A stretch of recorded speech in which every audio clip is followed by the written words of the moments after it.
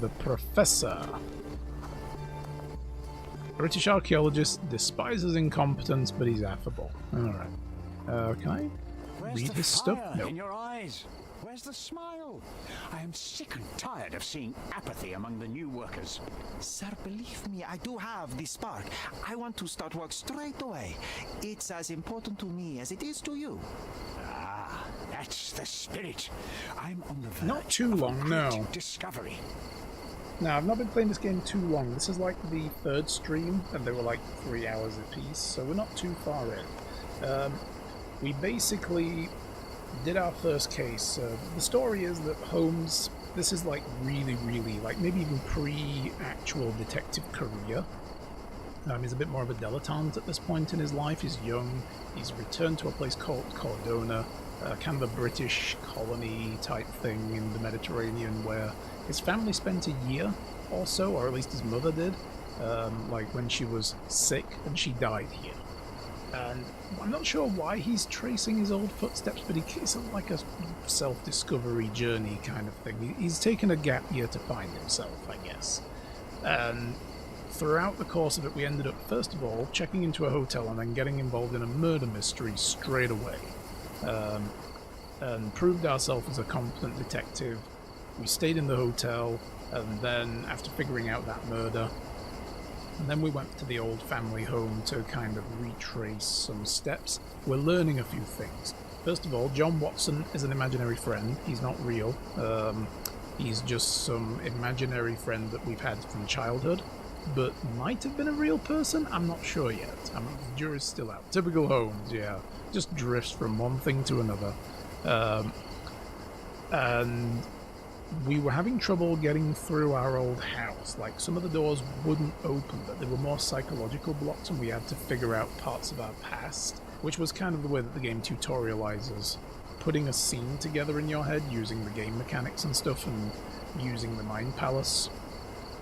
And then we got to a point where it's like, in order to learn more, we need to talk to the neighbor. We go there and we find out he's been trampled by an elephant.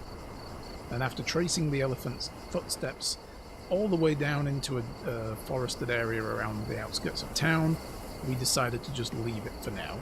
And we've come back, and we're trying to learn what really happened. What were the circumstances leading up to this guy's death? Because his daughter won't tell us what we want to know about when our mother came here when we were children.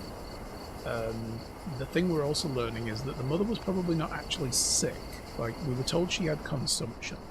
Tuberculosis, basically. So it's like, okay, but she wasn't sick.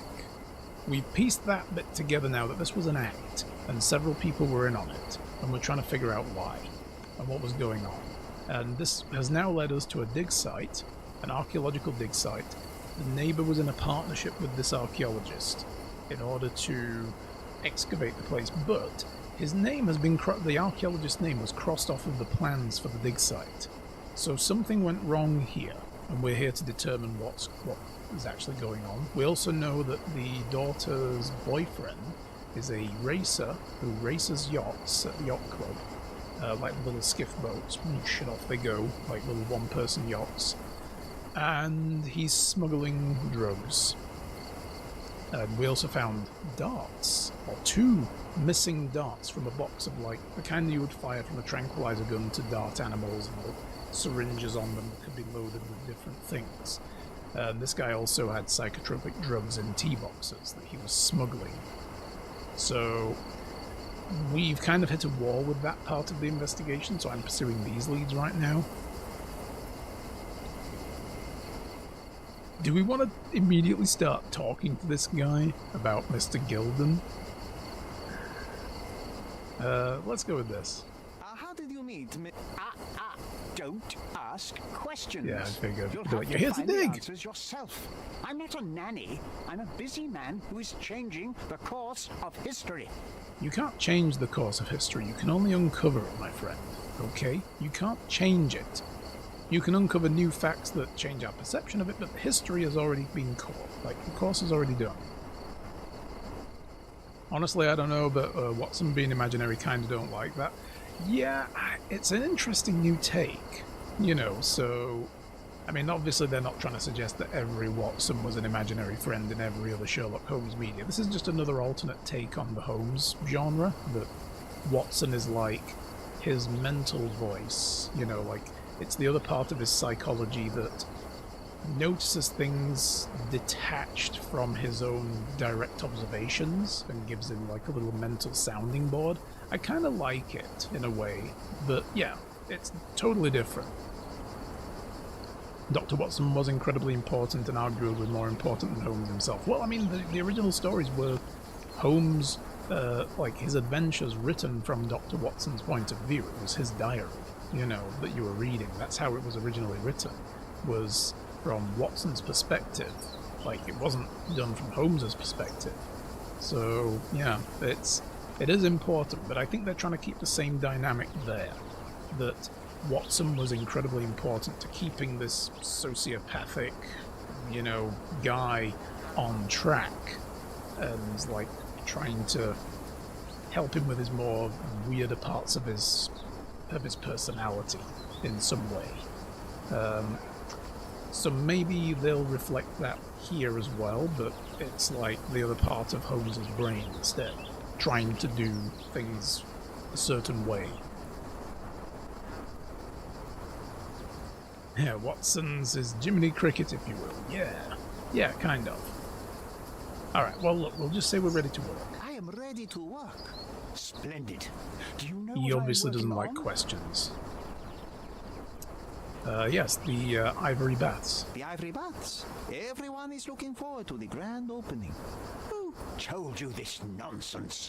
Why would you contaminate history with this base desire for leisure? Ah, we are looking for Vitus Lemonius's tomb. This is our goal, to find the artifacts of the early Roman Empire. Let's continue. I am Professor Swift. We have 3 rules here. Don't touch anything. How am I supposed to dig? Always return the tools, and don't distract me unless you find something. Pick up a Sounds shovel. simple Don't enough. touch that! Are Ooh. you the only one in charge here, Mr. Swift? Yes, I am the only one and no one else. You hear anything other than that, it's a lie. People of your kind can have difficulty understanding who's in charge. Take a minute, memorize my face, and then get to work. Oh, I will definitely take a closer look to memorize my superior. Yeah. He's like, oh, since you insist, I will stare at you intently. Yeah, broken glasses. Inconvenient, but continues to wear. So, sentimental attachment to the glasses. It's his favourite pair, maybe. What have we got here? The hands. Or a thick notebook. Meticulous. He has tennis elbow or something, or elephant skin going on here, or whatever. Let's have a look. Elbow bruises, fresh and untended. Dude just gets on with the work, regardless. What about his hand down here? Unmarried. He's married to the dig. Dirty clothes, indifferent or poor. I guess he's indifferent. He's like, look, this is what I do. If I'd fussed about getting dirt on my clothes, I wouldn't much of an archaeologist now. So this is very much a man who gets his job done. Like, he's very much into it. Everything else is way secondary. He's all about the information, and he's all about actually getting his hands dirty. So this is where we get to form an opinion of the guy. Arthur Swift is an archaeologist attempting to find the tomb of Vitus Lemonius on Cordona. Arthur Swift, and then we get to choose either a money grubber. Arthur Swift is old, poor, but cannot take care of himself, let alone afford new clothes or accessories. He entered the field of archaeology solely for financial reasons. His enterprise with Theodore Gilden was a ruse to fleece the rich man. At Arthur's age, the last chance he has to earn any money was to find the tomb of the legendary legate. Or, he's a knowledge seeker. That's the other side of it. He uses all of his resources to locate the ancient site, driven by an obsession to expand the knowledge of humankind. He does not care about his appearance, nor occasional wounds incurred during research, such as an injured elbow on his left arm. His life is documented meticulously in detail in a diary he treasures. Arthur Swift has sacrificed almost everything he has in a thankless attempt to uncover more about the past. I'm going to go with that. I think that's a proper... because you can't change these. Once you have this impression of them, you can't change it. And I think it changes the kind of conclusions you can make that involve them. So we're going to go with that. He's a knowledge seeker. You know, saying, oh, his clothes are dirty, he must be poor, is a very short-sighted way of looking at the world. And the fact that he also has bruises on his elbows from getting work done just makes me think it's more a case of he's dedicated to doing the job. And he doesn't care about anything else. I wish I could be as passionate about something as you are, Mr. Swift. You value knowledge and dedication over everything else. It's a long road, young man. A sharp eye and attention to detail are the only stepping stones along this path. You have to sacrifice everything you love for the larger prize. Exactly. So much in life is superficial. I wish more people would understand. I never heard a truer word, lad. Folk will ignore what truly matters in life, and for what? Convenience. Bold words indeed. I doubt that many scientists would be willing to support their bragging with fieldwork. The academic world is full of restrictions. Our honorable professors are too afraid to dirty their hands. God forbid if they have a stain on their shirt. Oh no, I have dirt. You can start learning. What will my golfing club friends think of me now? Show me what you can find. Don't recall Holmes caring enough about money as to judge someone as this bitch broke. Yeah, I mean, those conclusions you get to draw on the impressions of a person, they're very leading. You kind of know which one is the real, actual, correct answer and which one is just preposterously stupid. There's always the very cynical way of looking at the person and the very reasonable way of looking at the person, and the reasonable one is more often than not the right one, even if the reasonable assertion is the negative character traits. So, a new mic sounds excellent, by the way, thank you. I've had to not capture things off of the mixer, though. I'm capturing it via its USB now, instead of the XLR, because it has both. But the mixer was crackling. Like, there was the occasional, like every 15 to 20, 30 seconds even, like a little kind of, you know, on the audio, and it would blip. And I've done a lot of testing this last couple of days to try to narrow down whether it was the mic or if it was the mixer, and it's looking like it's the mixer. So it's probably going to be going back to them for a replacement. And if that also gives me shit, then it's going to get refunded, because screw that noise. You know, like, now that I have the money, I'm going to get a box and just fill it with shit to fill for you and Shy. Aw. You don't have to do that. You don't need to send us lots of... Oh my... Oh, I was like, oh my god, someone else is here dressed as an ice cream man, but it's Watson. Let me warm my bones here. You don't have bones. You don't even exist. Let's have a look. What have we got here? Okay, so we've got the actual site itself. A plan for this whole operation. Alright. And there was like a statue. This reminds me of my father's room. Books, an audio interface, probably a game or two. What, an audio interface? What? No, you don't need to do that. A long apology letter. I think I owe Shy a shirt. Yes. She's right. Went to the post office recently, Tay? Yeah, that's what he's just talking about now. He's like, no, shut up. Look at the wife. We love you, Tay. Aww. He's putting hearts. He loves you too. Platonically, I think. Ooh. Obvi, yeah.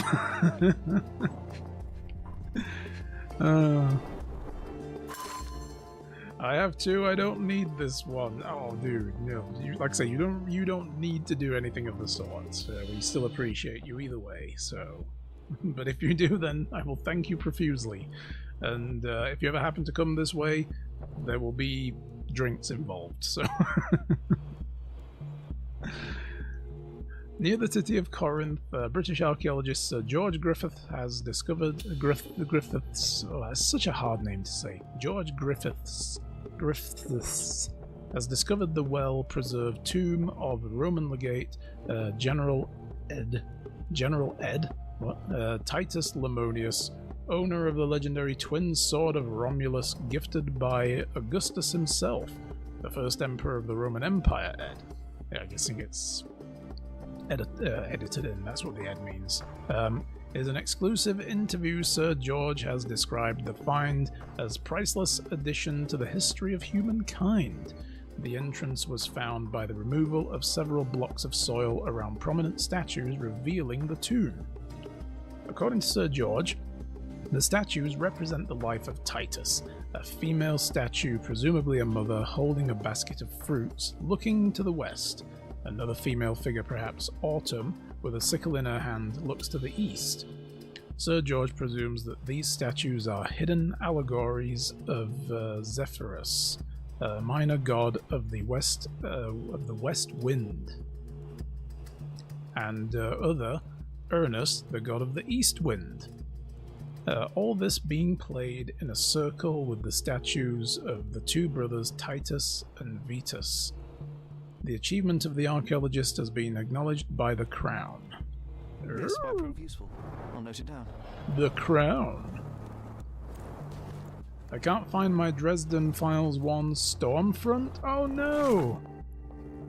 All of my Dresden Files books are currently still in a moving box that is now wrapped in plastic and down in the storage cage because we don't have space for them all up here. Okay, so we got some documents here. An item? Theo Violet Seeger, the first expedition. Okay.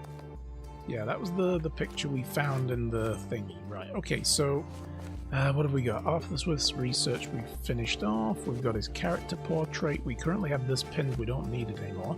We need to investigate the ruins, so we'll pin this.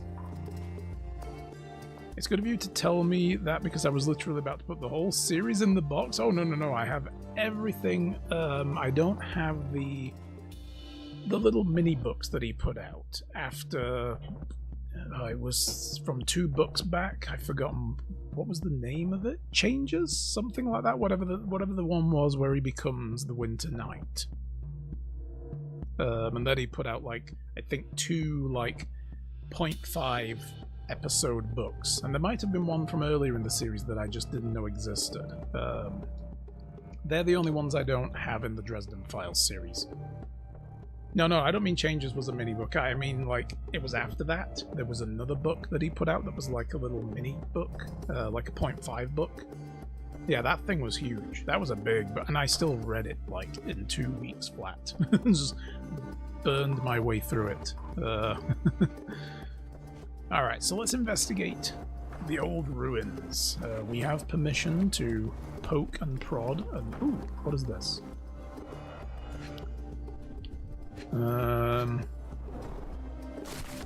Titus and Vetus Lemonius were legendary legates of the early Roman Empire, starting their military career to suppress the riots of the Belavaci and Alberages.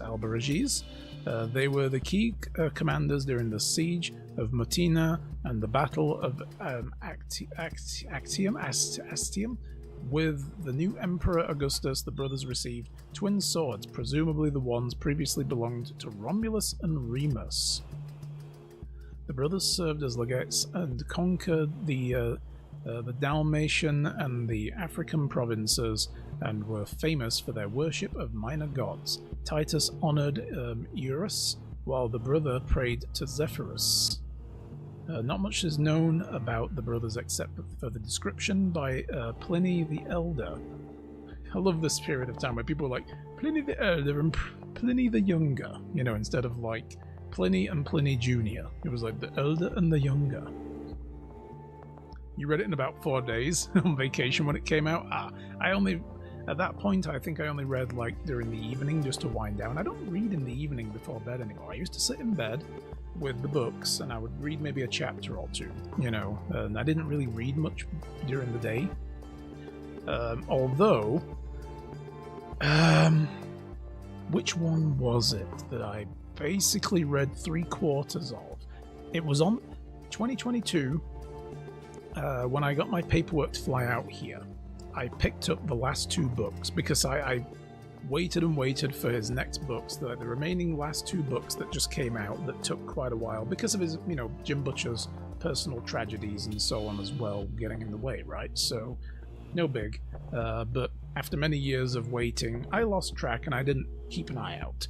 And then I looked and I'm like, oh, they're all out. And I think it might have been a conversation with either you or Wrathful Monk that made me realize that the books were out. He's written 2 more and published since then. Out they came. So I grabbed them both, and I didn't read them straight away because I was reading something else. So I left them. And then I got my paperwork to move out here, and I was like, oh shit. So I stuffed the books into my carry-on, and I read whatever the next one was. Peace Talks, maybe? Was it Peace Talks and then Battle something? Forgotten the name of it now. Whatever the war one was, the full-on, war for Chicago. It was whichever one the first one of the last 2 books was. I read it on the plane on the way over here. Peace Talks was after the 6-year hiatus. Battlegrounds, that's the other one. Yeah, so Peace Talks. I read most of that book on the 9-hour flight to get out to Canada because I was so damn stressed and nervous and everything. Like, I just wanted something to focus on and take my mind off of the whole palaver to get over here and with last minute notice, with rush. I'd like my 5 days before my flight were full of getting my COVID vaccine records in order, getting my pre-flight COVID tests, and getting all my paperwork in order, and poring over shipping manifest for what I think I might need to bring over here so I could turn it in. It turned out nobody asked for any of that shit when I got here. Thinking about what I'm going to say when I get to the border, and just, turning it all over in my brain, and then getting up early in the morning to catch a train that was cancelled and jump on another train that was due to leave the platform in like 3 minutes with my ticket for the train that was going to be half an hour from now, or miss that and have to drive to freaking Gatwick at high speed to catch my plane, and just the stress of the travel and the organization of it all. And my brain was like, I don't want to do this, but I do as well, so yeah, and getting medical records in order, financial documents, and a whole bunch of other stuff, and then packing emergency supplies to bring out here, knowing I'm leaving most of my shit in England until I get a PR card. And I was just like, on the plane, 9 hours of sitting here, I just need to read this book, and I didn't put it down until we landed. And I was like more than 3/4 of the way through. Oh, Battlegrounds was, yeah. It didn't make me cry. I've never read a book that has made me cry. I need something a bit more than my own brain to stimulate me into that kind of emotion. TV shows, anime, movies, yeah, absolutely. I can cry at those, no problem. But I need that visual stimulus, and background music and stuff. My own brain doesn't produce enough emotional imagery to make me cry, sadly. But I know why, and I'm with you on that. That was some tragic shit. 2 days and we're officially 4 years of waiting for the next book. I know, right? I feel like a Rothfuss fan. No kidding, right? Oh my goodness. Anyway, back to this. Not much is known about the brothers except for the description by Pliny the Elder. Titus wore a skin of a lion with its head on the helmet, and a tradition he picked up while being a signifier. Vitus held a large shield enough to cover the sky. Though the exact location of the tombs remain unknown, historians know that Titus died on the spring of 10 AD, while Vitus in the autumn of 12. Interesting then. East and west wind and spring and autumn, and that's when they both died. That's pretty cool. I like that detail. Alright, so that's one. What about the... Why do they have training Straw dummies? dolls. Eerie, but effective for a scene Oh, recreation. scene recreation. Oh, I want one of these. Or two. Right, okay. Oilcloth. Won't fade and waterproof. Enough here to make tent sails and more. Alright. So we've got a little bit of information there.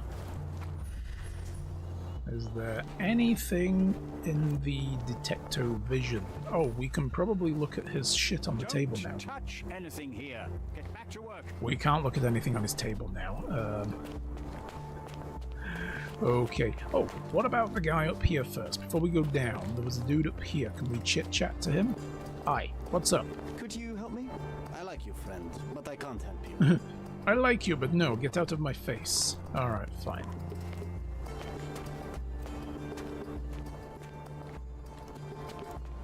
You like that joke? Took me a minute, I'm not gonna lie. Yeah. Absolutely. Oh, so this must be... Ooh, you've got a water problem down here. May I ask for your assistance? You and I are the economic foundation of this island. We should help each other. But I don't know what you are talking about. What a weird way to say no. You and I are the economic foundation of this island, so, you know, we're bros and all that and everything, but I can't help you. What? Oh, here we go, here's the well. Temper when he learned. Oh. What?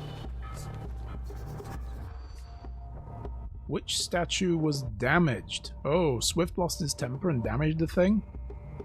Lion helmet? Hardworking digger not important. Forgotten instruments. Closest to the beach. Stash of old newspapers. Kicked statue. Broken pickaxe pay rise. Tiled pedestal though. Okay. That is such a strange mechanic, the eavesdropping one. So, for people that just wondered what the fuck happened there, when you hear an eavesdropping moment, you can listen in at a distance, and you get snippets of information. You get told what you're trying to figure out, and then you get, like, a brief snippet of information, and you have to swipe up or down, in other words, up or down on the thumbstick, to either dismiss as irrelevant, or circle as relevant. If you try to circle too many things that are irrelevant, you fail.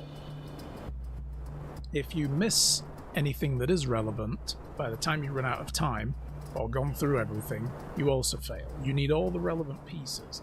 You can just sit there and just rapidly flick the up button to keep everything and see what gets crossed off and what doesn't, and memorize what doesn't, and then only keep those on your final, you know, real run. Or you can do it in one like I just did and actually try to exercise some thought under pressure. Workers at the dig site found a statue with a lion helmet head, originally lay on a pedestal close to the beach. Someone kicked it over the edge. As a result, the statue broke and the pedestal remains tiled. Interesting. Okay, so John, what have you I'm found? wanting to see how deep the dig is. Dude, you just like paddle pooling in the well, huh? Okay. Is there anything else we can do over here? No. Why is there so much water though? I feel like that's a visual problem, like, because we're... I mean, maybe not. Maybe it's just like it's meant to be like the pools are filled up with water. Okay, I was going to say, is that like the actual sea level and they just didn't edit it out of the landscaping? Because that could be a silly thing. Oh god, what are you doing? John, just chill, bro. Chill. What have we got? Oh, we found the other book. I wasn't even trying. The shit novel. Yeah. So what's this one? The sharpest pickaxe. You off now? Mm-hmm. Okay, have fun. Yeah. Sharpest pickaxe. Dale and say Guilty bye. pleasure of the real archaeologist. And be safe. Missing your Laura. And Mr. be Swift. safe. Hey, Yeah. a word about the trilogy. Right then, you literary expert, you, what was so important about these books? Or did you simply need some kindling? It's inspirational. I have a plan. Are you listening? I wish I wasn't, but I am. So, we catch a monkey, a langur, for example, then we extract some blood from it. What? Why? It will make us forever young, Sherry. Page 127 of the second book. Oh, I am so done with this. No, wait. Then how about we make a wax statue? I've stopped listening, John. Okay, when the voice in your head is telling you to catch a monkey and extract some of its blood, you need to stop listening. You need to be like, no, I'm not doing that. No, not about animal cruelty.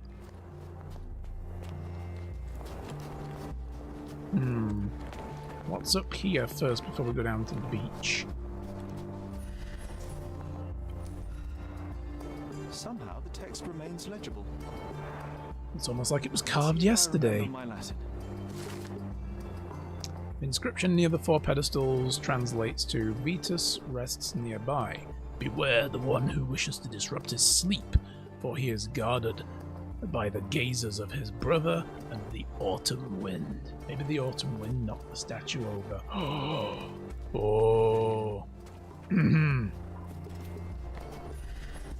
Is there anything else? There's something over there. I see a little yellow marker. Can I not get in here? Oh, yeah.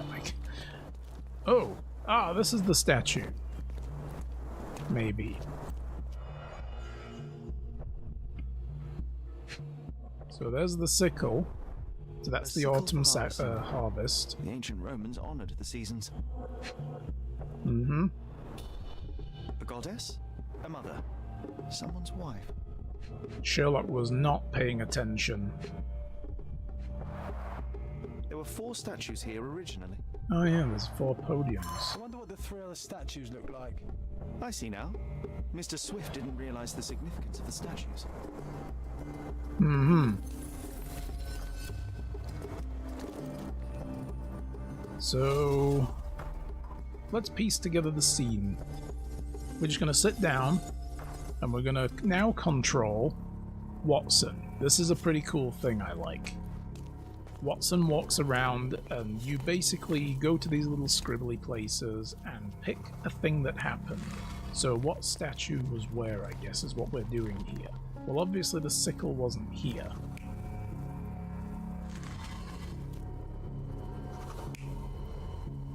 Because she was over there. Alright, so this is spring.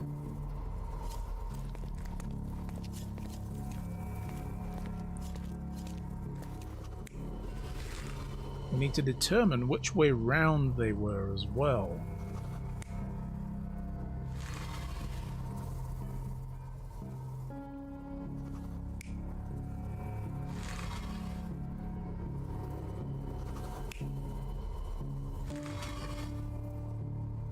I mean, you'd think this, right? Because of the direction the statue is. It's kind of weird, though, that the base is down here, like where the feet are. Because you would think that if this toppled, it would topple backwards this way, and it would be laying here. Or it would have fallen on its side. But then again, the arm did break, so if it fell this way, it would land on the arm, and the arm would break. And then it would roll over, but it would actually be laying, you know, facing that way, like going up, right? So the arm would be here, so that might not be it, but I'll just leave that there for now and let's see what the other options are. And then we've got the brother with the shield. I don't think we have enough information really to figure this out yet. It depends which way round he was facing. And then that's the guy himself. I'm just going to exit for now because I don't think we have enough info to really figure that out yet. So we're not going to validate that. We're just going to leave that alone. This says that if you're near the tomb, but they're protected by the gaze of his brother. Vitus rests nearby. Beware the one who wishes to disrupt his sleep, for he And is the autumn guarded wind. by the gazes of his brother and the autumn wind. So we need the woman with the sickle to be looking in the direction of the tomb, as well as the brother.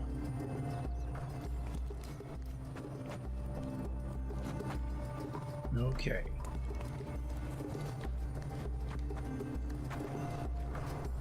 And then we've got the big ass statue in here, look, and this would be Poseidon, I guess. And that would be Poseidon's penis. Okay, let's just not look at that, but we can't do anything with that. But I want to get banned off of Twitch. That's filth. That's filth, that's what that is, that's filth. So statue down by the beach, supposedly. Working and living by the sea. What a dream.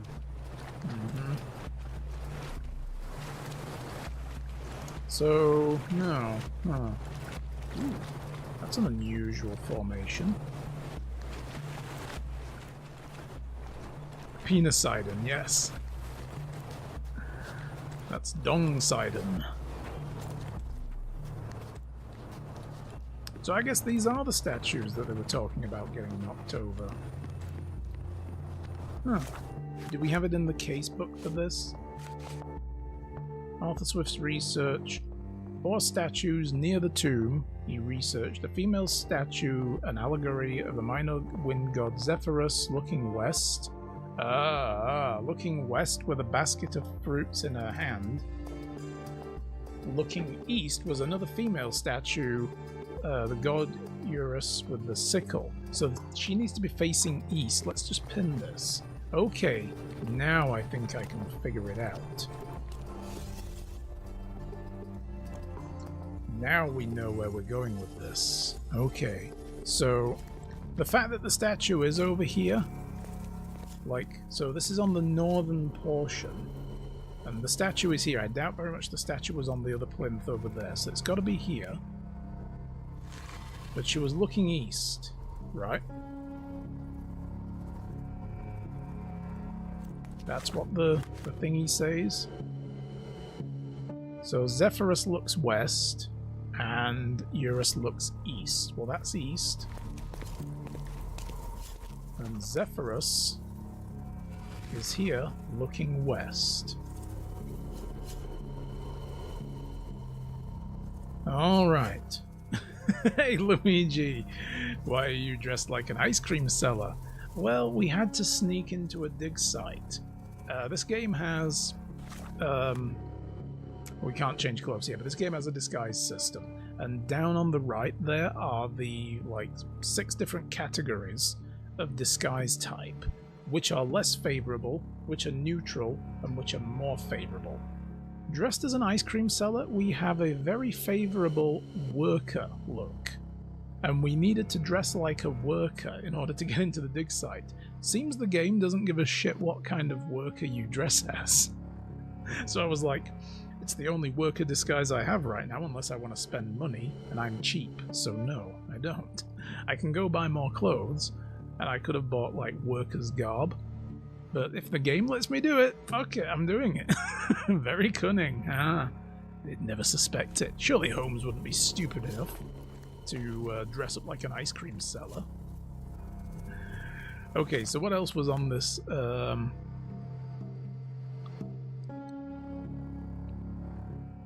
Between these two were the remains of statues, Titus and his brother Vitus. The legates appeared as depicted in historical records. Titus wore a lion helmet and fought with a sword, while Vitus carried a sword and a shield. Titus died in spring, Vitus died in autumn. Workers at the dig site found the statue with the lion helmet head.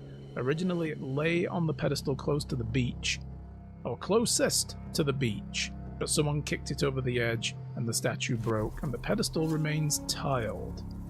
Well, this is the pedestal closest to the beach, so he must have been here then. That's the other one. That's not the guy we're after, that's this guy here, right? So are these the only orientations? No, they have different orientations. Okay, so they're looking north and south.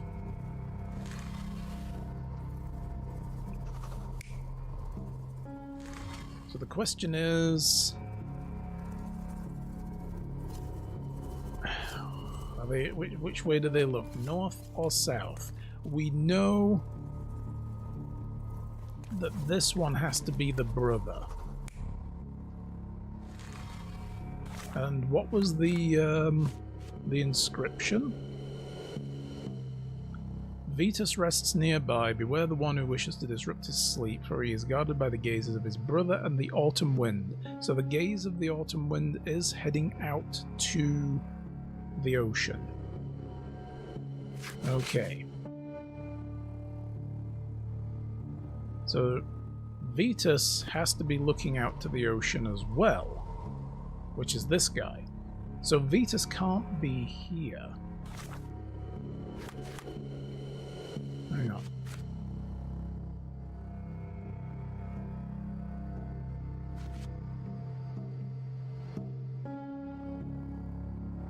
But the statue with the lion helmet originally lay on the pedestal closest to the beach. So Titus is here. This is the closest to the beach.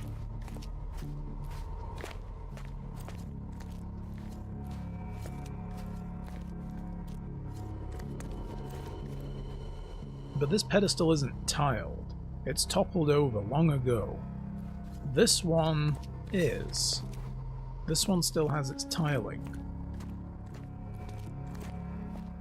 Or am I misreading that? Hang on, I might be misreading this. Works at the dig site found a statue with a lion helmet head. Originally lay on a pedestal closest to the beach, but someone kicked it over the edge. As a result, the statue broke. Tilted. I'm misreading that. That's me being dyslexic as fuck. Okay. As a result, the statue is broken and the pedestal remains tilted, so yes, Titus needs to be here. We don't know which direction he's facing. You know. But Vetus rests nearby. Beware one of the wish to disrupt sleep. He's guarded by the gazes of his brother and the autumn wind. So Vetus is the one with the shield that we're trying to figure out where the tomb is. Titus has to be looking in that direction. And he can only look north or south. Statues can reveal the tomb's location. I could try recreating the scene on the hill.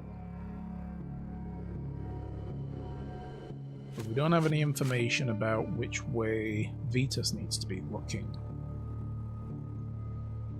It just says between these two statues of the goddesses were the statues of Titus and Vetus.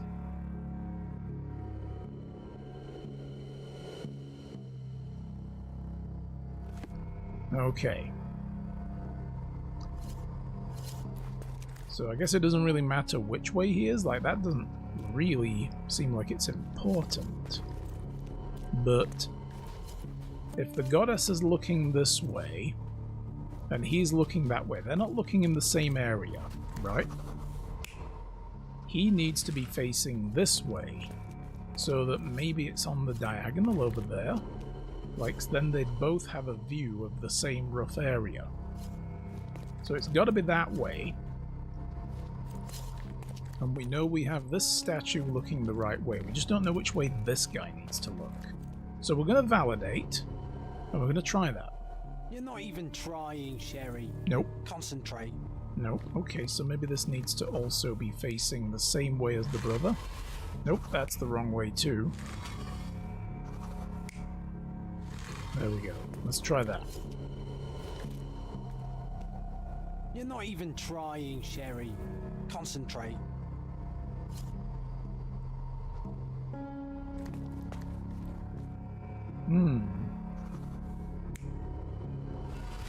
Is that the right way around? That can't be it. Oh, It seems everything's in place. okay. Let's So they're see going what round in this a has to circle. tell us. That was the only other thought I was having is, do they go in a circle? Alright.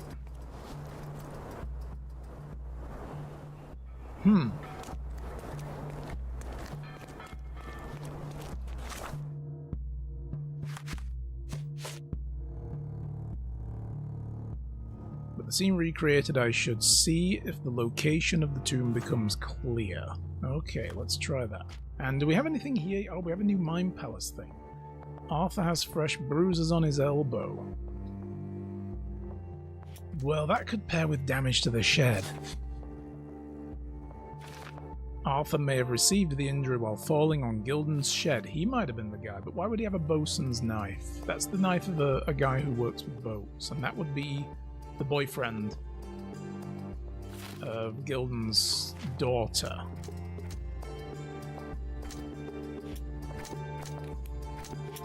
Damage to the shed as well.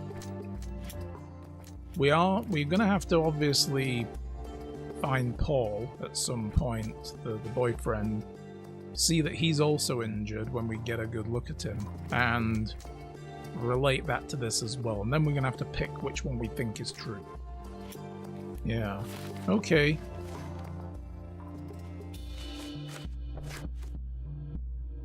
Musician in distress. Yeah, that was the missing stuff. The hand-me-down. I don't know about this and this yet. Wait, what is this? City Hall Square memory. Oh, right, yeah. Right, so this is what we're going to work on. I should see if the location of the tomb becomes clear.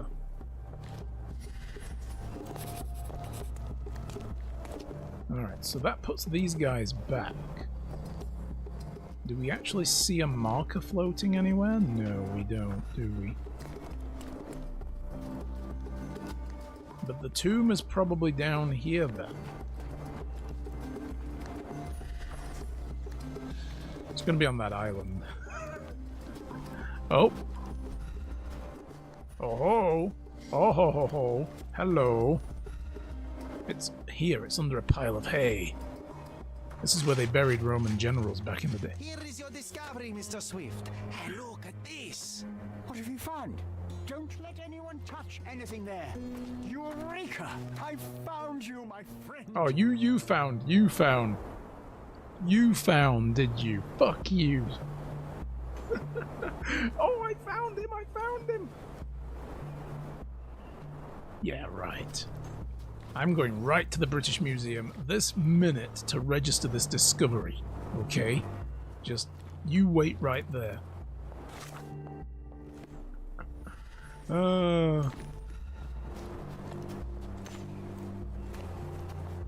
Yep. Oh, there we go. Look, dead man. Dead man. Don't just stand there. Help! No, I don't want to help. This is apparently your find. You deal with it now. I found the tomb. Ah, yeah. Now he's distracted. Go check out his diaries. We're gonna read all of his private shit. Oh, yeah. All of your secrets will be laid bare to me now. I'm gonna learn everything about you. Yes. Okay, what have we got? Tusks and Trunks. The zoological bestseller Tusks and Trunks provides the most rigorous scientific description of the elephant. It is most encyclopedic in its analysis of the creature's life, both in the wild and captivity. One crucial chapter describes the elephant's mating season, in which they become extremely dangerous. Furthermore, the book features guidance on how to communicate and interact with the big mammals. Why would he have this? For those that missed the beginning of this case, the guy that we wanted to get some information out of, we found him trampled to death in his backyard because he kept a pet elephant in a cage, and it went berserk, trampled him, and ran off into the streets, out of the city, and into the forest. So, or into a swampy area anyway, and we lost track of it because it went into the water and we lost the trail. So we're investigating the guy's death, and we're figuring out that somebody might have spooked the elephant and caused it to trample him. Now, it could be Paul, the boyfriend of the guy's daughter, this guy, Gilda. It could be his daughter's boyfriend, who we found threatening notes to from Gildan, saying that he was going to ruin his career if he didn't break off the relationship with Gildan's daughter. and we saw that this guy had animal tranquilizer-esque like darts. You know, like the rifle darts with the, feathers on the back and everything, and a syringe. And he also has psychotropic drugs because he's a drug dealer. He's a smuggler. He brings drugs in. So he could have used that to fire a dart at the elephant from a gun and cause it to go nuts. Right? That's what we were thinking. But also now, this guy, who was in a partnership with Gildan over this whole archaeological adventure, and it turns out Gildan has crossed the guy's name out of the plans, the blueprint plans, because they obviously disagree over the leisure of the bathhouse versus the archaeological discoveries of a lifetime. So he's got a book on how to deal with elephants. You shouldn't need that in his usual daily life as an archaeologist. Unless he was planning to hire the elephant to do some digging. Maybe. Yeah. Hauling heavy objects. He could have been like, maybe we could use the elephant to pull some of these heavy blocks out of the way. That's perfectly reasonable. A personal diary owned by Arthur Swift, he describes considerable detail his personal life and research. More importantly, tells of a dispute between the archaeologist and Theodore Gildan over the dig site. Day 1224. Theodore always uses his wealth to shut down complaints. I'd rather he bought a brain with more gyrification, so that he were smart enough to see the bigger picture. Not everything revolves around your darned elephant.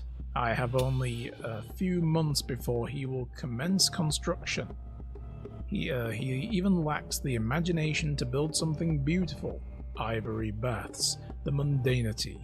I must think, lest our invaluable history be buried by the inconsequential. So he wanted to turn this into, maybe this is where he was planning to keep the elephant long term, like renovate this whole area and turn it into like an oasis for the elephant. He did describe that it would be a paradise.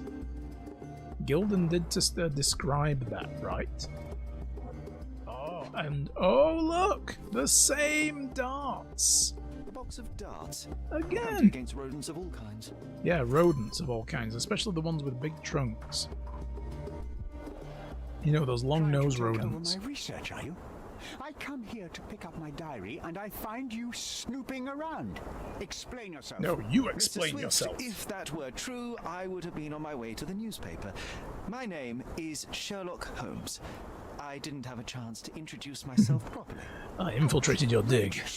You deceived me, sir. No, you allowed yourself to be What is the deceived. reason for your being here? Who sent you, Mr. Holmes? Theodore Gildan's premature death brought me here. Theodore is dead? How can that be possible? I'm thinking of all the possibilities, and I'm not crossing out anyone who might have been involved. Even his elephant. The land you're excavating belongs to Mr. Gildan, does it not? Did I hear an accusation? I have nothing to hide. You can ask me whatever nonsense you've prepared as a token of my diminishing respect towards you. Very well, Mr. Swift. I appreciate your cooperation. So, when did you last contact Mr. Gildan? When was the last time you saw Mr. Gildan? A couple of days ago, we discussed the site. I believe in the tomb and its secrets. Theodore's patience was stretched, however. He was already inventing new projects. It wasn't a long conversation. I suppose that his daughter will inherit everything now, along with all of the eccentricities and problems. And not forgetting Goliath. Eccentricities and problems, Mr. Holmes. It was included One therein. of many. Okay, and where were you this morning? Were you Although at many the days site have passed in the this game. Affirmative. This project is taking a lot of my time, as you see. I spend more time underground than on the surface. When did you learn about Theodore's death? Just now. You just told me. Oh, And you right. aren't surprised, shocked. I won't tell anyone if you shed a tear or two. Weren't you partners? Would you after like a all? Kleenex? We were. And it is a real shame. But I've seen too many deaths in my life, Mr. Holmes, for Oh, the news really? to truly shake me. Will you allow me So to you've killed a return lot to of my people, research, or are you insisting on remaining an obstacle? No, I haven't even started yet. Alright, let's talk to him about all this shit that we have. I'm a busy man. Okay, I'm gonna work my way up. So this is the scene. Moving on. Okay, he's not bothered. What about Imogen? She's shaken, provides more answers. I'm a Blah, blah, busy blah. man. Okay. This Did this construction plan cause a plan. rift in your business relationship with Theodore Gilden? Nothing like that. Admittedly, we didn't share a common vision of what is more important, the past or the future. In my opinion, we can't build a future without knowing the past. So you wanted to save the tomb of Vitus here, or perhaps your control over the research? Only the knowledge that rightly belongs to humankind, nothing less and nothing more. Okay. I don't think we need to tell him about Imogen packing up to leave. Gilden's elephant is quite an unusual addition to Cordona's fauna. What is your scientific opinion on that? No matter how much Theodore loved it, it still remained a wild animal trapped inside a stone pen. Goliath needs savannas, fields, lakes. I'm sure that I'm with this Goliath guy. did not have a plan to kill his owner to head to the savannas. What do you think? No, animals don't kill in a typical sense. I can only presume that it tried to protect itself from captivity, from Theodore. It was a gilded cage that was predestined to break. I don't necessarily disagree. Okay, so there are tracks near the shed. Remember one of the rules? It seems that you didn't return a tool. Is this knife yours? Do I look like a fellow who carries a knife? I don't need it. There are plenty of uses for it on the site, and outside of it. I have other people to cut ropes for me, Mr. Holmes. Wow. Do I look like a man who does his own rope cutting? What am I, some kind of peasant? Do you know Paul? Have you seen this person before? The one beside Imogen Gilden? No, but he's with Imogen, so I suppose that he's a friend of hers.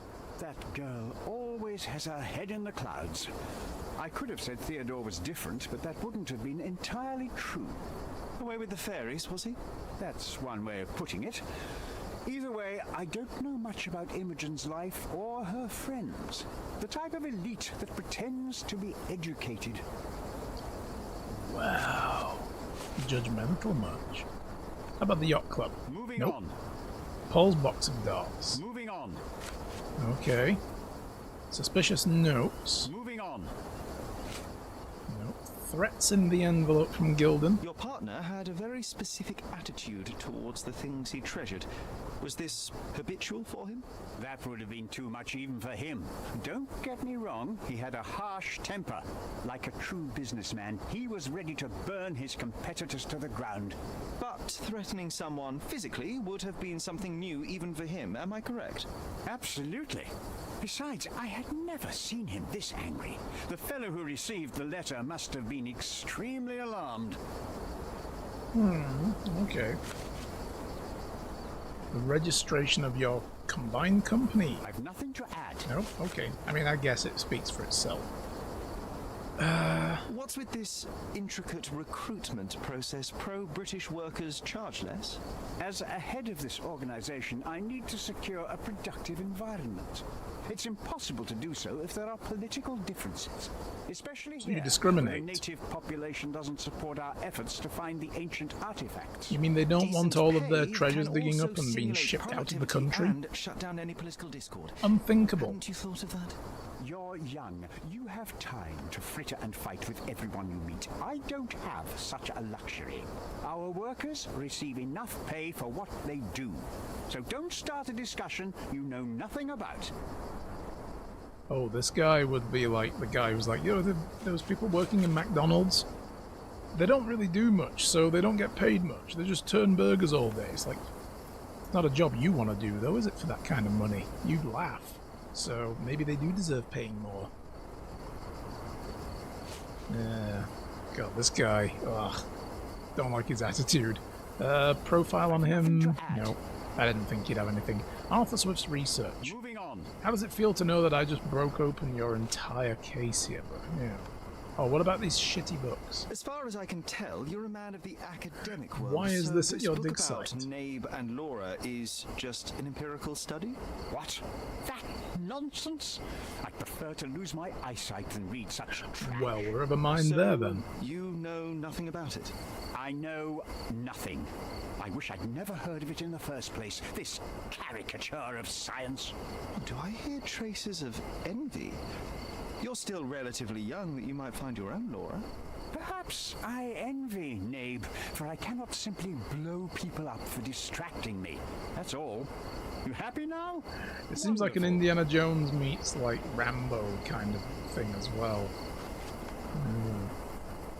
But it's interesting we found a book here. And we found one at the boathouse, and then we found one in Imogen's bedroom. And she's the one who loves those books. Like a breadcrumb trail that leads back to her from here, and yet she's like, oh, I don't do anything about all this kind of stuff with the archaeology and the elephant, and I just want to, you know, live my life and enjoy myself. You know, she's very much like a woman of leisure. So I doubt very much she was over here poking around an archaeological dig and was like, oops, I left my book. So, But it's weird that these three different... I don't know if it means anything at all, but it might. Okay, investigate the ruins. Nope. Tusks and trunks. Yeah, I'm going to come back to that last. What's with this box of darts? Is it for a scientific argument? A little darker than that. Rather for killing the kind of rodents that might nibble a nose or a toe in your sleep. Let's just A say regular I have gun to would protect do myself that. against a larger animal, such as an elephant. Might it be enough to stop it, make it faint? If I were you, I wouldn't bank on it. Is Holmes really leaning towards the hole? Were you afraid that Gilden was going to send his elephant in here to attack you all and you're trying to defend yourself? His full personal diary about the ivory bat. You have a weakness for nostalgia? Or, rather, do you use it to record a list of enemies? Young man, you need to check your moral compass. Reading another person's diary is a sin in every culture that I can think of. Yeah, but I've read it, so But you answer aren't the answering question the now. question. You've already read it. Why bother? I simply record my life to keep my memory clean from misinterpretation. Letters and pages don't lie.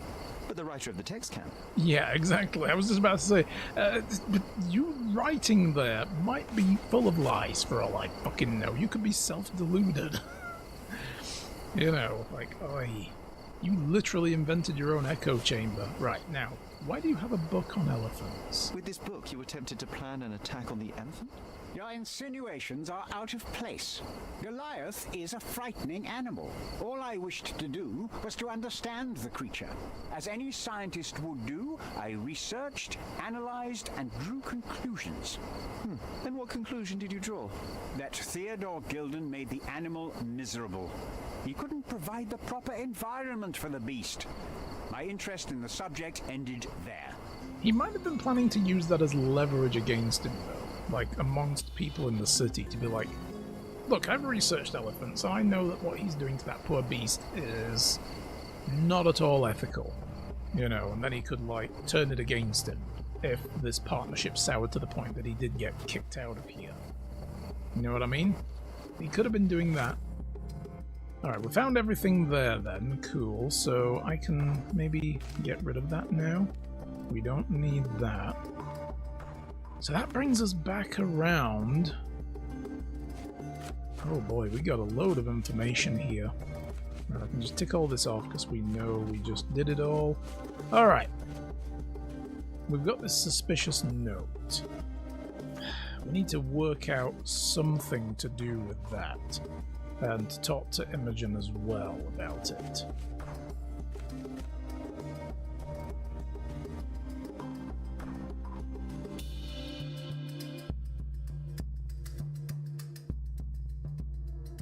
Why do we have this as well still? Like, what has this got to do with her throwing stones?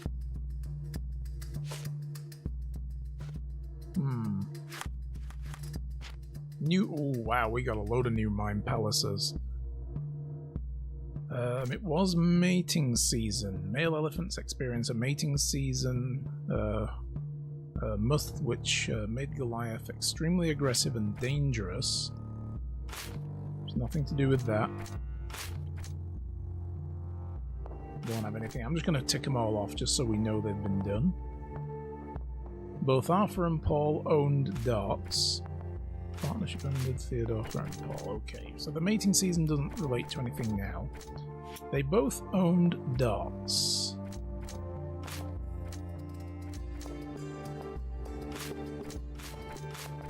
Nope, they don't all go together either.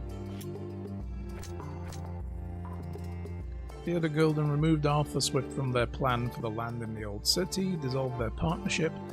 Mr. Swift and Mr. Gilden's business partnership was full of hardships and disagreements. We know that. Arthur protected his research. Arthur Swift has dedicated his life to studying the history of humankind. He may not have been willing to see that end. Okay.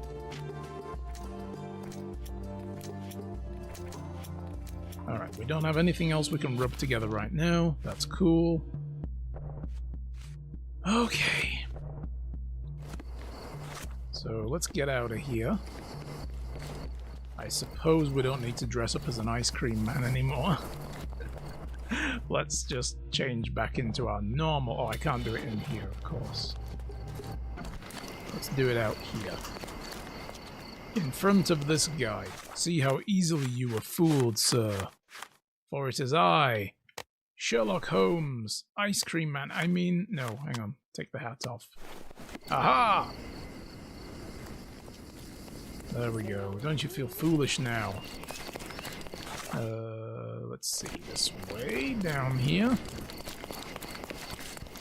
Travel point. And we'll go back to the... I think maybe I should check the yard where the elephant was? Perhaps? What do we need to be? Here.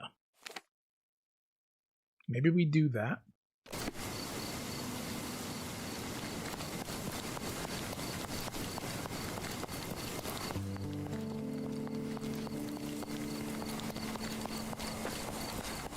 And see if any new clues come to light from her testimony. Mainly because she described what happened from her point of view. And we could go down here and see if that lines up. Like, she said she threw stones at the elephant from her window. And I think that's her room up there, right?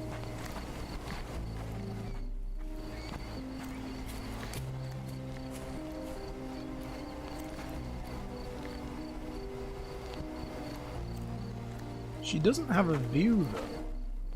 That's interesting to note. With this thing here, she doesn't really have a view at all. This is quite comfy.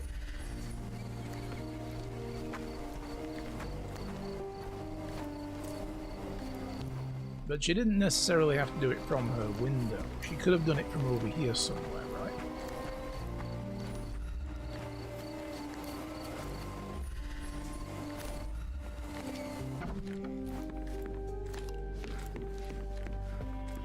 Yeah, her room is the one overlooking the elephant pen.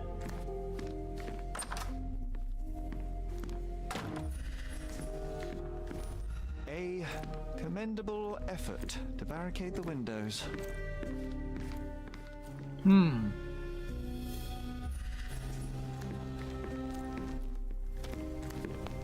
Yeah, she's even, like, covered the windows. Like, she obviously didn't want anything to do with the elephant.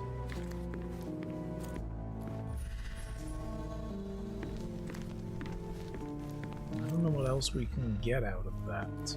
Can we talk to her about anything else? Nope. Right now. Okay.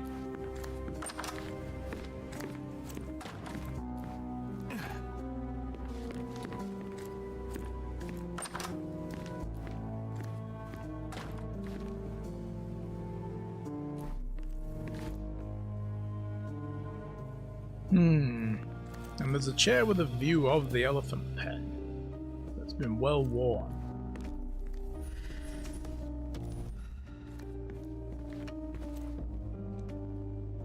There's nothing else in here that we missed. Okay, so this leaves us with pursuing the suspicious note. You do not get to back out of our deal, you do not get to leave on a whim, we need you to get us fresh leaves for our tea party. Drugs, in other words. If you have any questions, the boys will be keeping an eye on you at the race.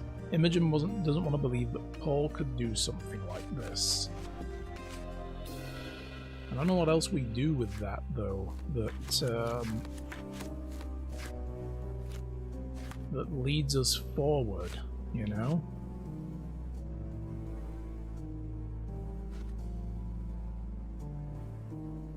We found the place where Paul Perks works. In the room with the whirlpool plaque, noticed the bloodied bandage, and we found the key to get into his workshop. And that's where we found the suspicious notes about, you know, that they were betting slips as well. Maybe that's useful to us. The fact that they were betting slips? Not sure how that helps us, but we do have evidence we still haven't found there yet.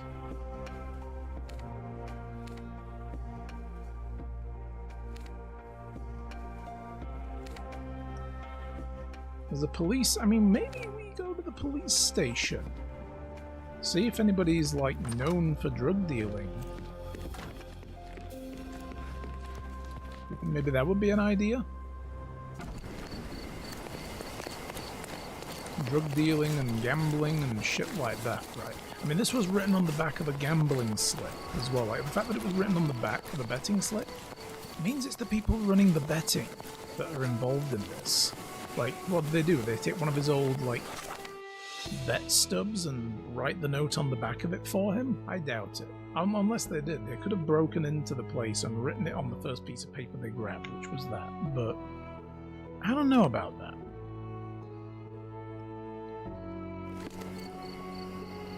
Yeah, I don't know. That seems less likely than, you know, he made the bet and it was written on the back and then they gave him the slip and it was like, read the back, there's a message for you. You know what I mean? So that could be the case as well. Alright. Actually, can I? Any progress with the case, Mr. Holmes? Oh, plenty, but obviously you're not going to help me, so let me go to your archives. Inspectors, can I go in here? I can. Hello, hello, hello. Is this familiar to you? Mr. Moneybags, can I give you a piece of advice? You don't want to bother me. Wow, okay, fair enough. I guess I'll just leave him be. Don't bother the investigators, guys, the inspectors. Unless it's Lestrade, then bother the shit out of him. Okay, so the suspicious note. Smuggling crimes.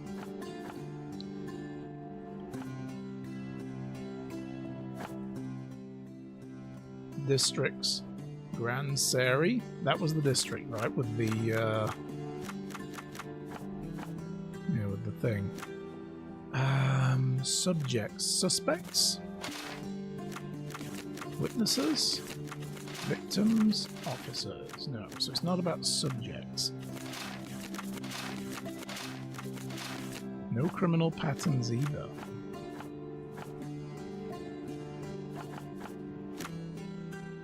Oh, is it the wrong district? Hang on.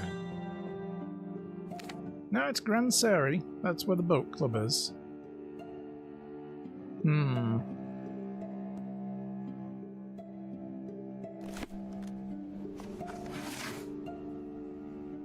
I feel like we're on to something. Like, surely... What about misdemeanors instead? Maybe it's the crime type.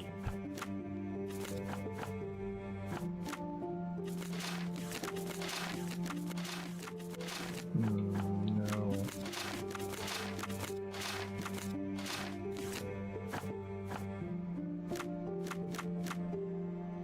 Complaints?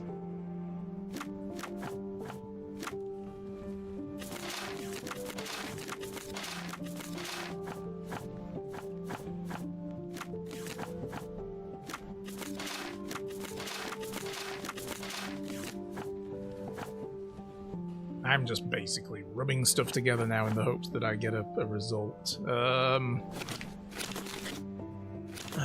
man.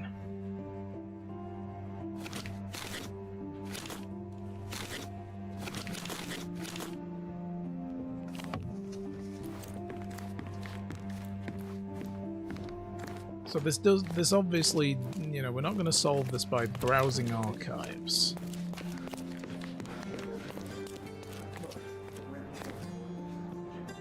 That's not going to give us the result we're after.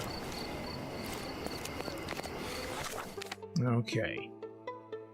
And there's not much of anything else I can think of.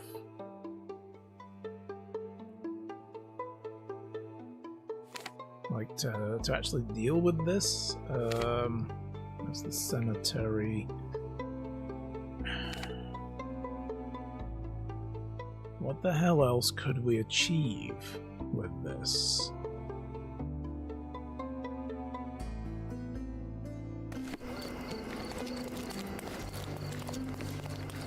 Let's have one last look down at the actual yacht club.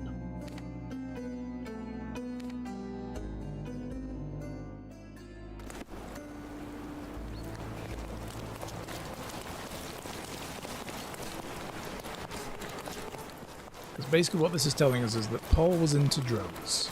He was into smuggling drugs for some organization. We know there's a bloodied bandage in there as well, so he's been hurt recently, which could be when the elephant crashed through the gate. He was the one standing there and got knocked flying.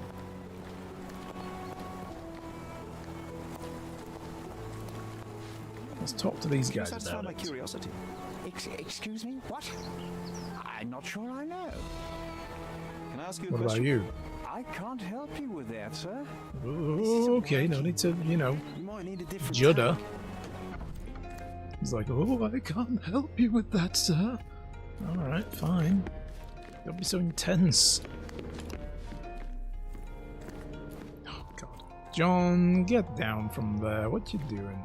Oh, he's still wearing his eye. You're staying as an ice cream man for now then, John. Alright, let's just back. I find sometimes going back down the road helps. So, we come to this place and we find a bloodied bandage in his workshop. You know, this is the guy we're after. Paul. So we find a bloody bandage in his workshop. We find... I mean, I can't even read that diary. We find some betting stubs here, a threatening letter from Gilden to him saying, you know, break it off with my daughter or I'm going to ruin your racing career. And we find tons of betting slips, including one with a threat from some organization saying, you know, keep delivering the tea, basically. In other words, the drugs. And we found over here there were various instruments for fixing ships, but there was also a box of darts. So there's definitely nothing else in here of use to us. We did find that he'd replaced the name on his the name board on his ship. Like he repainted it, and thus there was paint on the floor which was highlighted and led us over here to where we got the key from behind that plaque to get into his thing. That's all that was. There was no other reason for that. So the storage room, we found a foghorn. And then we have tons of boxes of tea. And we see one of them has drugs in it. Oh. Oh! A typical tea tin. I wonder what he has for biscuits. I had to look at the lid as well in order to bring the free... I know what we do now. Okay, see, this is where retracing your steps. Hands off my possessions before Helps. you lose your fingers. Are you illiterate? The rules are written everywhere. Ah, Mr. Perks, the cabin boy himself. Champion, you mean? The champion cabin boy, right. sorry. You are illiterate. I think a couple of shiners might teach you. One last chance. Who are you? Imogen's, I mean, if we say we're her friend, he's going to be like, no, you're not. I've never seen you before. So I'm going to go with Mr. Gilden's friend. I am a friend of Theodore Gilden. My name is Sherlock Holmes. I need a few words from you about... Get out of here. I'm not joking. Leave this place before you have cause to regret it. I will use force. Do the police still throw people in prison for smuggling? Oh yes, with you helpless and handcuffed, I'd learn a few more secrets. We don't need to compete with our egos now, surely. Oh no. I'd rather you tell me something more, so that I might have more reasons to punch you out. Oh, we can add assault to that then as well. Great. Oh, he's ready. He's like, come on, I love you. I love you. Well, I already see the damage on his hand. On her hand. What? Okay, the plot doth thicken.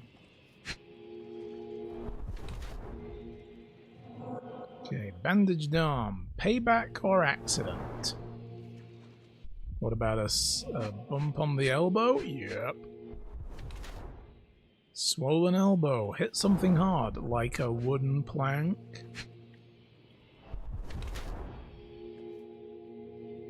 A developed female body. Well then. Paul Perks is a woman who disguises herself as a man to achieve a higher social position. She uses the privileges of men to pursue her personal goals. Because sadly, you know, if women wanted to get ahead, they had to do that kind of stuff, sadly. Shouldn't have been the case.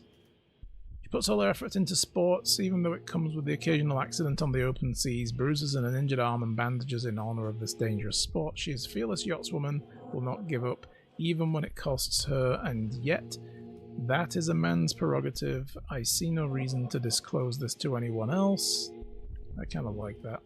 But also, we've got a professional smuggler. Uses her career in yachting as cover to smuggle goods for various gangs on Cordona. Her injuries on her arm reflect the dangerous nature of her life. Despite her fearless exterior, she is frequently in trouble due to her connections with the criminal underworld, and yet she has earned a place in that world as Paul. I see no reason to disclose. I mean, we know... Like, this is like saying, oh, you know, just very much a yachts person, and that's the only thing we know about them. But we know more. We know she's a smuggler. So we're going to go with this.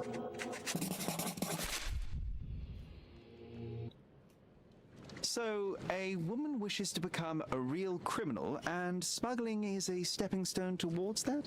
Is there not enough prestige in yachting? Or is it easier to compete with other fools like yourself? Everyone has a starting pistol, just shoot and run. Don't say a word. I don't know where you're getting half of this nonsense, but you're on some thin ice here that I'm willing to crack. Damn you, Paul. I'm sick of... Who's this peacock? Does he know who I am? I definitely know who you are not. You're not a dictionary reader, at least. I wanted to see how you... pals interact with each other in your natural habitat. Oh god, I've got to remember the combat system now, and I don't remember it. But I'm afraid I have to interfere. Shit. I don't remember how to do any of this, because it's been 2 fucking weeks. I'm coming for you. Nope. Oh god.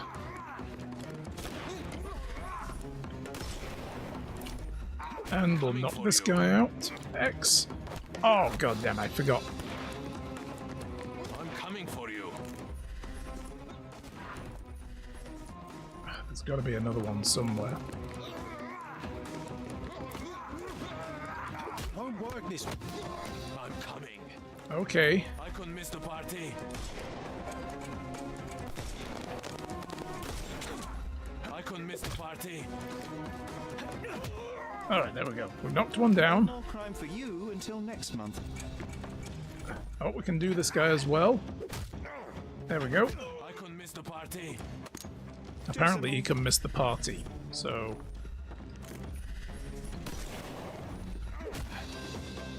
There we go. The snuff's ready. Don't bother.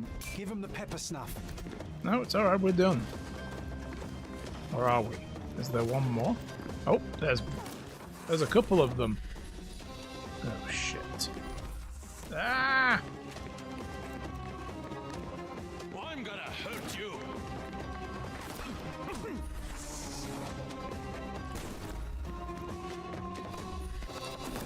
Alright, I'm gonna try and deal with this guy. Time to knock this guy out. Overcome Nope, him. I can't until I've shot him in the... I'm coming for you. Oh, God damn it. Dodge this. Ow! Son of a bitch. Trying to shoot his hat off to distract him. Miss the party. There we go. The combat's a little weird in this game. The snuff's ready. You can overcome the brute now. Can I? I could just shoot that lamp above him. I'm trying anyway. Ow, you piece of shit. There we go.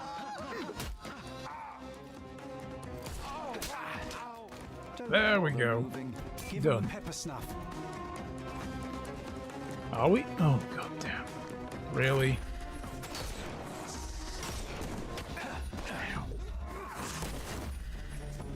He's all yours now. Go for it. Yeah, how do I hit him? Oh, what do I hit him? Oh, for fuck's sake. This, yeah, I don't remember half of the combat controls. I'm struggling here. So, you need to distract them by shooting the yellow stuff. And you can't shoot any of the yellow stuff if they've got any armor on. You have to blow all that off first, and then you get the little quick time type event. I'm coming for you. So like this guy here with that there, we need to do that, and then hammer the button and knock him out. I couldn't miss the party. This guy here, I can blow his hat off and do that. I'm coming for you. This guy here, I can do that and that. No more crime for you. The snuff's ready. I don't remember how to use the snuff tin though.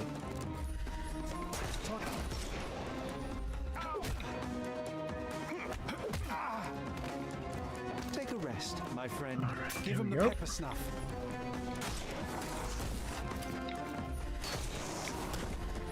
You can overcome the brute now. I'm trying, It won't work this way. but he doesn't have a yellow spot I'm coming.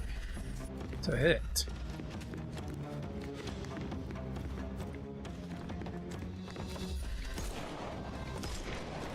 That didn't do it.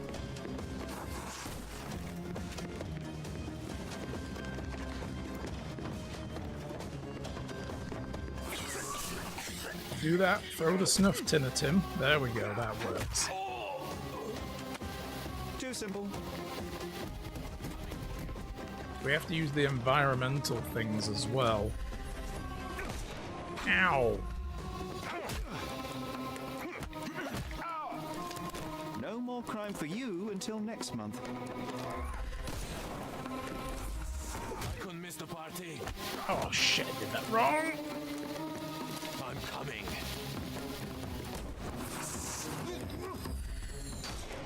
Oh, there we go, we've got a yellow on the back.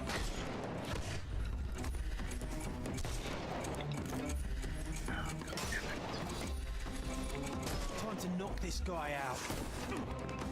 Oh, this guy was already down. I'll deal with him Too first. simple. The snuff's ready.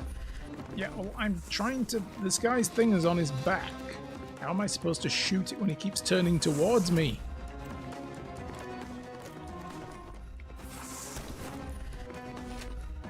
There we go. There we go. Don't bother moving. You've lost. Give him the pepper snuff. Nope, don't need to. We did it. There's no Oof. reward for risking our lives. Paul's explanation will suffice. Alright, where is he?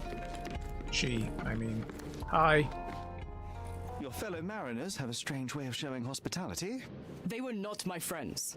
Are you sure? I would rather risk my neck for someone who's at least honest and thankful.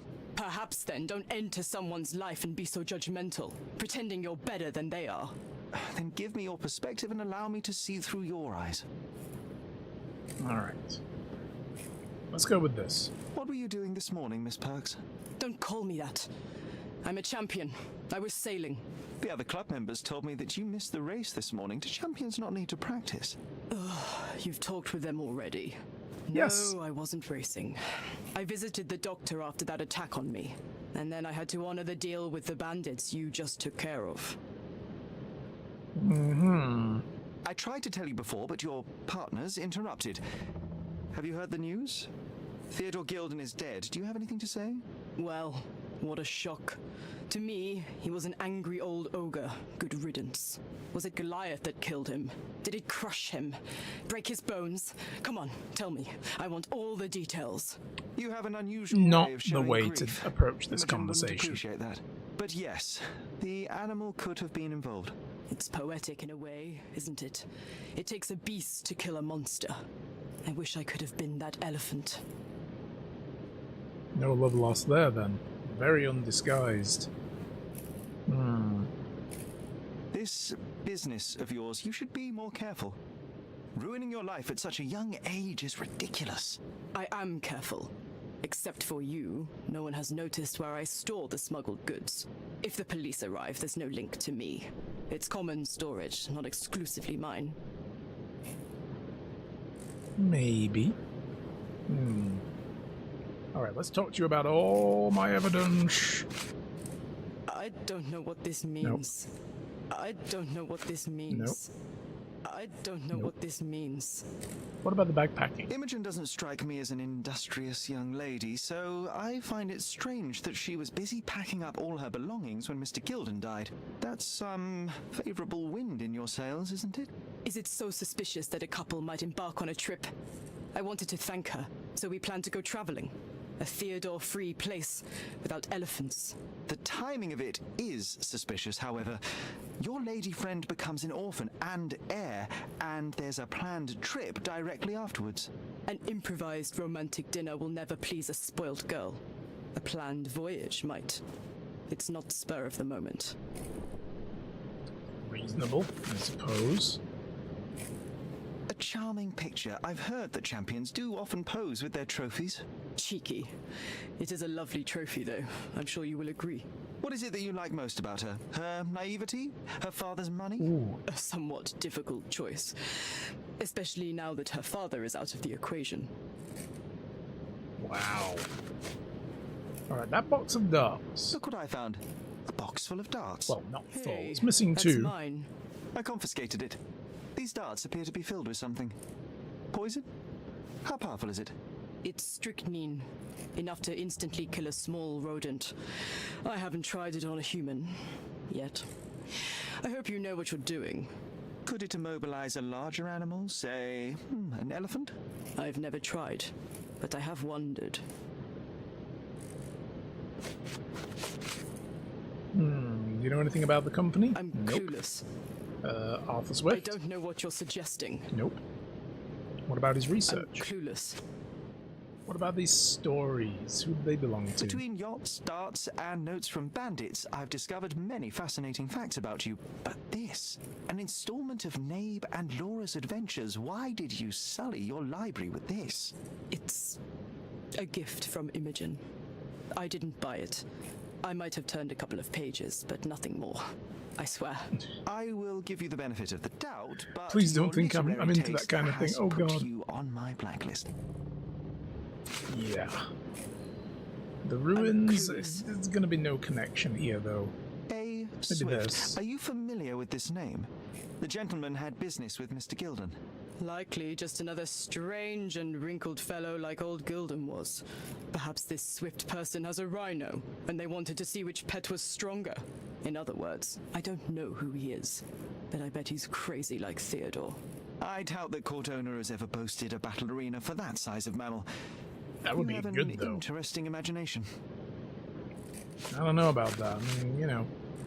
Never mind the baths. Let's do something with that plot of land that really brings the crowd in. Alright, so the animal's suspect. What can you tell me about the elephant? He's smarter than some people here, including his owner. Although I feel he could be dangerous, believe no matter that. how much he's fed. Why is that? Have you ever seen Goliath attack anyone? Well, not exactly. But I saw it, abusing some poor tree during one of its walks with Theodore. The expression on that old ninny's face was priceless. But it wasn't funny to look at. Believe me, it was frightening. So it had some pent-up anger then. Okay. What about those tracks near the shed? Does this knife seem familiar? I didn't find it in your competitor's back, to be clear. This knife is as blunt as your humor. It's a bosun's knife, but it's not mine. I wouldn't be so careless as to mislay my tools. Claims the knife isn't hers then. So what about these threats from him? It seems as though Theodore Gilden hung a sword of Damocles over your life and career. Were these only words or something more serious? Check my forearm. Pulled muscles and bruises. Small cuts. Nothing that you could call serious. I doubt that a man in his late 50s could wrestle you. It wasn't him. He behaved like a rat and hired brutes. His boys tried to lock my hands behind my back, but I was faster and I escaped. Was he so protective of his daughter, or was it your feminine secret that provoked him? My guess is that he was protecting his property. As he saw it, he owned Imogen, and he treated her like a piece of furniture. He didn't want his daughter to be loved by anyone. What's more painful is that Theodore didn't allow me to love his daughter. Typical. I'm not sure that your relationship with Imogen could be described as typical. Are you afraid of a woman in trousers? Now that's typical of men. You tell him. You tell him. I'm clueless. I don't know what this means. Okay, this is Swift's diary. I'm clueless. I'm clueless. Okay. Maybe their own portrait. I don't know what you're suggesting. I don't know what you're suggesting. Alright, so this is the last thing. A suspicious note finds psychotropic drugs in a tea caddy hidden inside a workshop. You smuggle illicit psychotropes on your yacht. Not a delivery for the hospital, I'm sure. Of course not. I've had to cut corners to earn some money. How might a person afford to pay for a yacht in an honest way? I don't know, although I'm smart. The buyers are my customers. Adults who are willing to pay for their pleasure, or weapons for jewels. Whatever they want me to deliver. Nothing criminal. Well, it's your lucky day. I'm not here because of smuggling. Have you tasted this tea yourself? I wouldn't have been a champion if I had used it. It's just a side business that keeps my career afloat. It's quite expensive to compete in yachting. Sometimes I cut corners. Such as fixing Whirlpool yourself? Exactly. And sometimes I just have to pay. That's how I earn money. I don't sell slaves or take the last man gear from a poor family. Okay. So that's their story.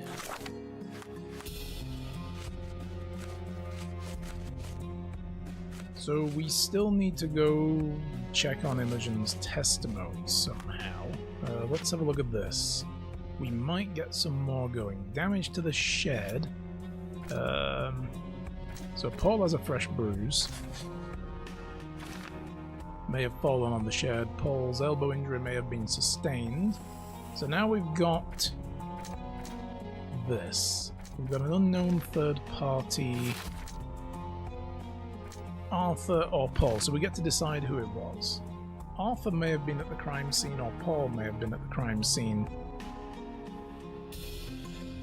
So Paul Perks may have been at the scene, Theodore Gilden died, and Arthur may have been at the scene when Gilden died. Injury matches the damage done to the shed.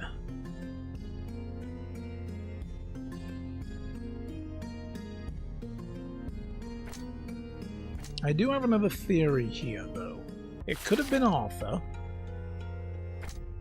He had the book on the elephant and the darts, and maybe he used the dart to try to kill the elephant in the hopes that it would cause Gildan to back down on his plans for the development of the area.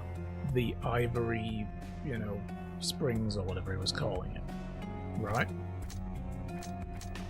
Thought if there's no elephant, he wouldn't... Because it sounds like he wanted to turn that place into some kind of little paradise for his elephant. Like, move it out of his garden and over there. And maybe Arthur was thinking, if there was no elephant, that wouldn't happen and it would give me more time to continue my digging. That could be a thing. Arthur and Paul both own darts, and everybody blames Goliath, or Theodore attacked Paul? Nope, that doesn't really go with anything. Everybody blames Goliath. Fatal battering? No.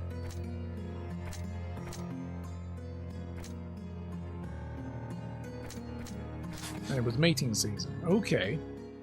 So now that we've spoken to everyone involved, they all say Goliath did it. Which, yeah, we need to find Goliath, obviously. We need to bring that elephant in for questioning, Theodore threatened Paul, and Theodore attacked Paul. Hired goons. Attempted to destroy Paul. Theodore Gildan was highly motivated to destroy Paul's career and well-being, going so far as to hire criminals. I mean, that's the thing as well, right? Saying he's going to destroy his career, or her career rather, Gildan saying that he was going to destroy Paul's career doesn't necessarily mean by talking to people and getting them kicked out of the yacht club and no longer being able to race. Physically, if you are hurt, you cannot race. And we know, as a consequence, Paul missed the last race. And Paul says that they were attacked by goons. And that's why they missed the race.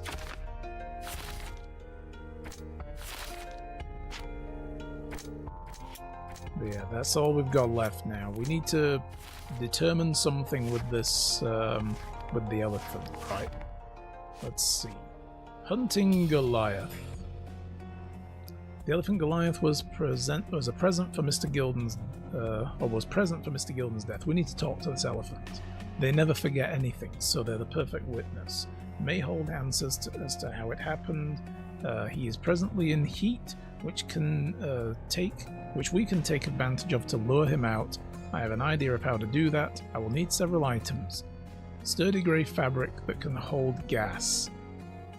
An instrument to mimic an elephant's trumpet call, the foghorn. And a strong scent to attract the animal. I've seen fabric for doll making at the dig site. The foghorn from the boat workshop will attract or deter large vessel, maybe of help. Theodore may have something that smells like an elephant in his office. Are we going to make a fake elephant, like an inflatable elephant, and use the foghorn to bring Goliath in, and then witness something horrific? Oh my god. Oh no. Well, while we're here, let's grab it. Yoink. It might fall an elephant. Yeah. Oh, all evidence collected from this area. Thank goodness. There we go.